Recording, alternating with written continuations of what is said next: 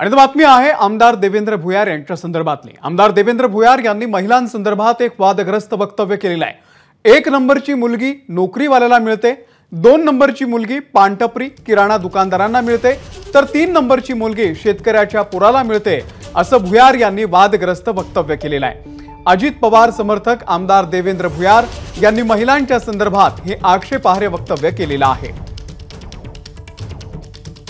जर पाहिजे असेल तर पोरगीसाठी तो पोरगा नोकरीवाला पाहिजे। पोरगी जर चांगली स्मार्ट पाहिली असेल, 1 नंबर देखणी असेल, तर ते तुमच्या माझ्यासारख्या पोट्याला भेटत नाही, ते नोकरीवाल्याला भेटते।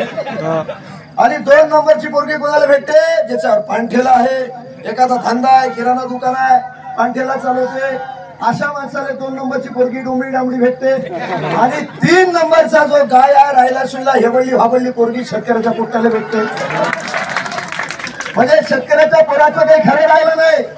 मध्ये येणार जन्माला येणार जे लेकरू आहे ते हेंबळ भांबळच निघत राहते। माय इल्लू पिल्लू त्याच्या पोटी बांधणाऱ्याचं पिल्लू, असंच कार्यक्रम आहे आपला सगळा।